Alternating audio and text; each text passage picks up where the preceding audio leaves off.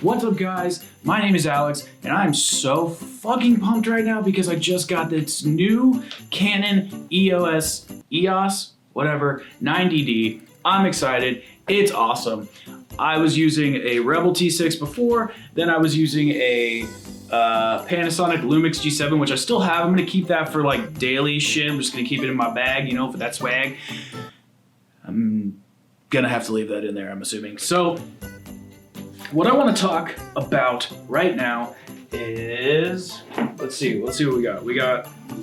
This is a OnePlus 7 Pro. I took that photo, no big deal. And then we also got a iPhone 11. Not the Pro, just the iPhone 11. I've been using the OnePlus 7 Pro for a couple of months now, but I fully switched to it about a week ago. And I just gotta say, I have really mixed feelings. A lot of YouTubers are hyping the fuck out of this thing, and that's honestly why I bought it, because I had the Samsung Note 10 and I was like, you know what? I wanna take a chance, go with somebody a little less reputable and try the 90 hertz display. They have the OLED panel, they had pretty decent camera setup, and I liked the front facing camera and the no notch or hole punch. And I was like, I'm gonna give it a shot. For a while, I was actually using the Note 10 and the OnePlus 7 Pro together because I was a little afraid to commit to the full plunge. And while Apple still hands down has the best ecosystem there is, they do, you can't deny it, they do. Samsung's is pretty decent. It's not great in the like text messaging area, and I can't send fucking pictures to anybody to save my fucking life. Videos, forget about it. There's a lot of areas where it's lagging, but Android is still pretty good. Like all my notes were connected and I could connect it to any laptop I had or any computer I have. OnePlus doesn't have that. And when I fully jumped into OnePlus, I can't just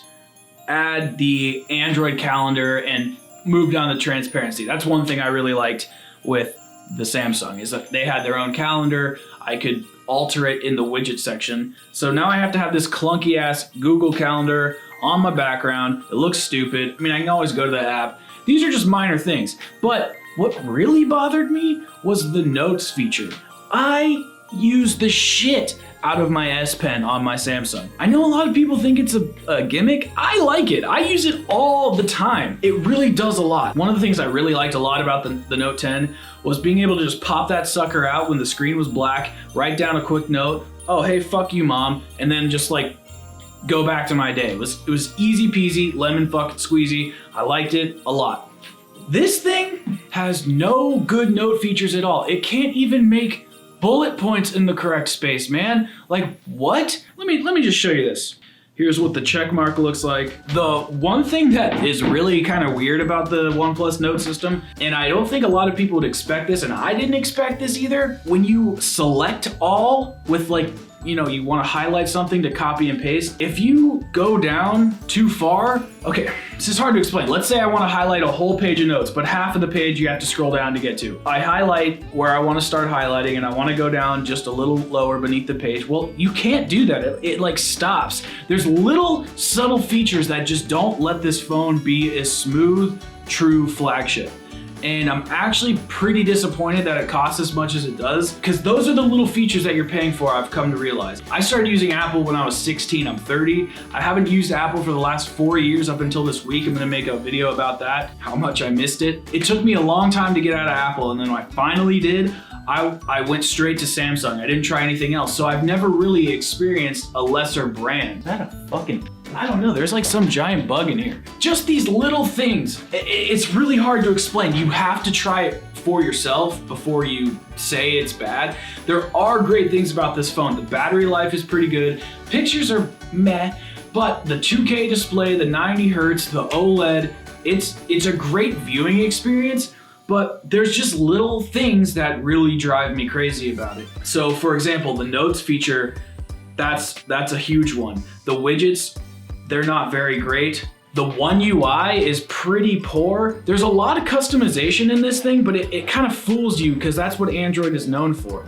But like I said, there's just little features, lack of accessories that allow you to transpose this phone to other mediums. With Samsung, there's tablets, there's watches, there's other things that want to keep you in the ecosystem. They don't have an ecosystem, so I can't link up my notes to a computer. I just don't think that this is the phone that I expected. I think it's great as like a secondary business phone or a viewing content experience, but no content is in 90 hertz, which just drains your battery.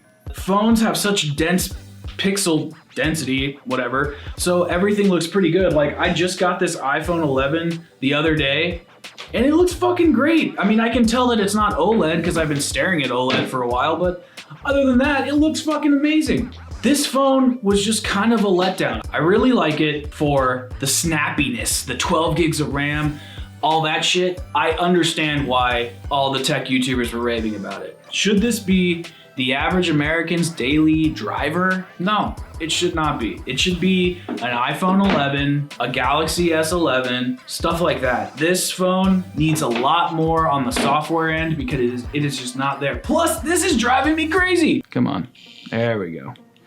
This noise,